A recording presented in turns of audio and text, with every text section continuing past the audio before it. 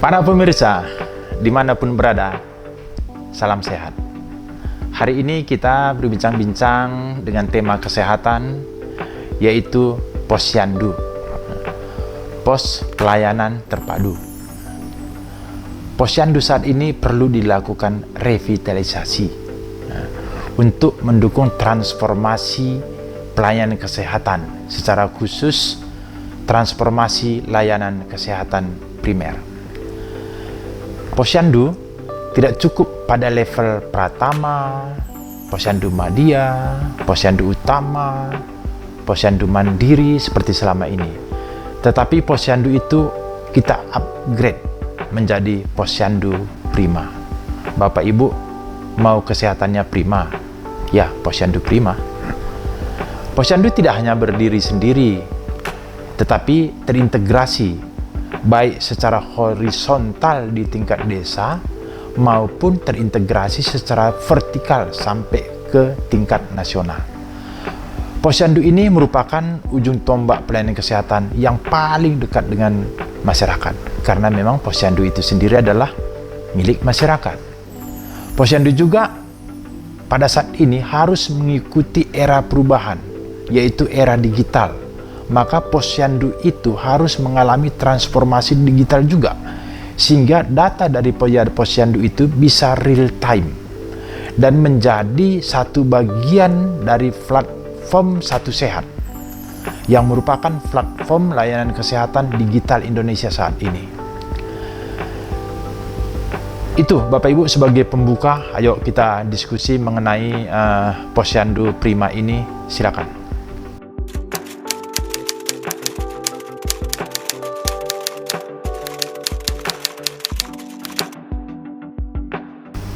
Ya, baik, memang benar bahwa pendanaan daripada posyandu ini bisa dari mana-mana saja. Bisa dari APBN, APBD provinsi, APBD kabupaten, APBD desa, dan juga sumber-sumber lain yang tidak mengikat, tentu sesuai dengan peraturan perundang-undangan yang berlaku. Mengenai kelembagaan juga benar bahwa bukan hanya bidang kesehatan, tetapi posyandu ini adalah merupakan lembaga kemasyarakatan desa, sehingga juga SK daripada posyandu itu dikeluarkan melalui peraturan desa.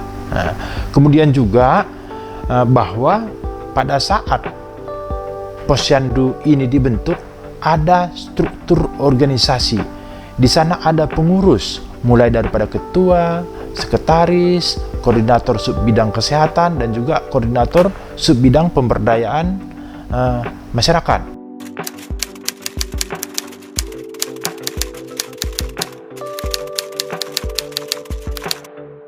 Kadang ada miskomunikasi terkait dengan pelayanan posyandu itu sendiri. Jadi itu memang yang perlu kita luruskan, Pak, melalui edukasi, melalui informasi, melalui komunikasi.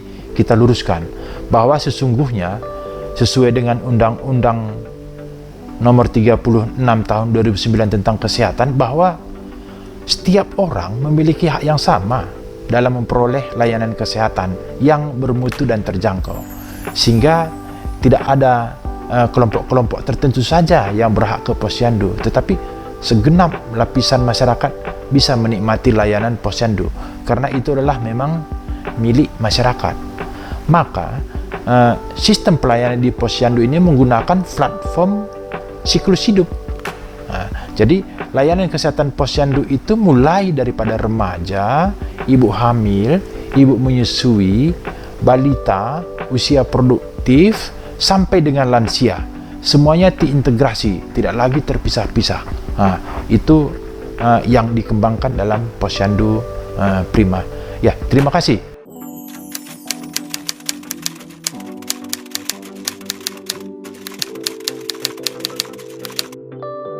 Bahwa memang salah satu tantangan kita adalah kunjungan posyandu itu masih rendah. Masyarakat itu lebih suka langsung ke puskesmas, langsung ke rumah sakit, bahkan ke luar negeri. Padahal sebetulnya posyandu itu keren, apalagi posyandu prima. Bagaimana meningkatkannya? Itulah kita gunakan manajemen strategi dalam hal ini. Kita lakukan inovasi-inovasi.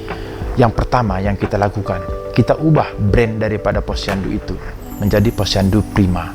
Jadi brandnya itu berubah, menimbulkan daya tarik bagi masyarakat. Kemudian yang kedua, kita gunakan peluang-peluang digitalisasi.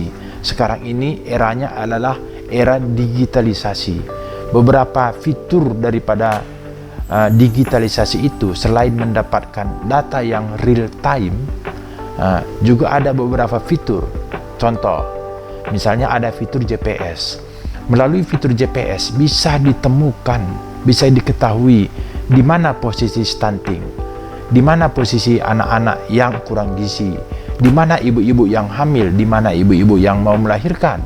Kita gunakan itu sehingga petugas, pengurus daripada Posyandu itu tidak menyasar. Jadi tidak kesasar dia, apalagi dusunnya terlalu berjauhan, tidak ada nama jalannya. Kita gunakan itu fitur daripada GPS itu. Kemudian yang kedua, ada fitur notifikasi. Jadi notifikasi itu kita gunakan bisa mengingatkan orang untuk datang ke Posyandu. Titit, waktunya penimbangan. Titit, waktunya makan vitamin A. Jadi waktunya periksa kehamilan. Jadi itu bisa kita gunakan digitalisasi daripada sekarang ini. Kami kira dengan demikian ya kita percaya dan yakin bahwa kunjungan Posyandu itu pasti akan meningkat. Di samping tentunya kita tingkatkan dari segi SDM, kita tingkatkan dari segi sarana prasarana, kita tingkatkan dari segi program.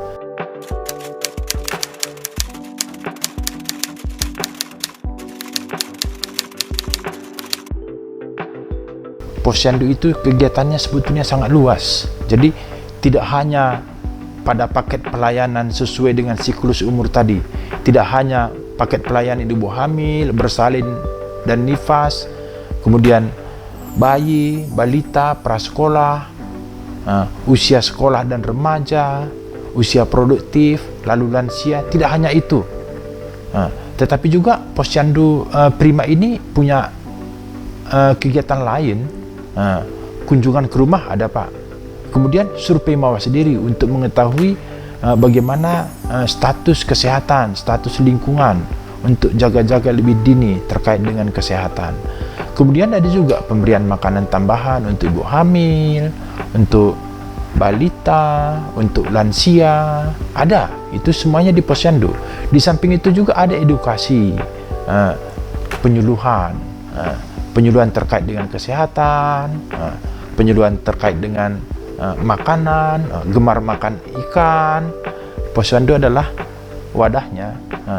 Misalnya ingin melaksanakan olahraga untuk lansia, untuk senam bumil, aerobik remaja, ayo Posyandu tempatnya, begitu. Jadi bisa, jadi terbuka sekali terkait dengan program-program yang ada di Posyandu. Jadi tidak hanya paket-paket pelayanan sesuai dengan siklus hidup tadi, tetapi yang terkait menunjang promotif dan preventif ada. Jadi tidak hanya imunisasi, tetapi juga yang lainnya itu bisa masuk ke sana, bisa semua ambil bagian. Jadi akhirnya Bapak Ibu, demikian diskusi kita pada hari ini sebagai closing statement bahwa orang sehat mempunyai 1000 keinginan, orang sakit kemungkinan hanya punya satu keinginan, yaitu ingin sehat. Terima kasih. Agar tetap sehat, ayo ke Posyandu.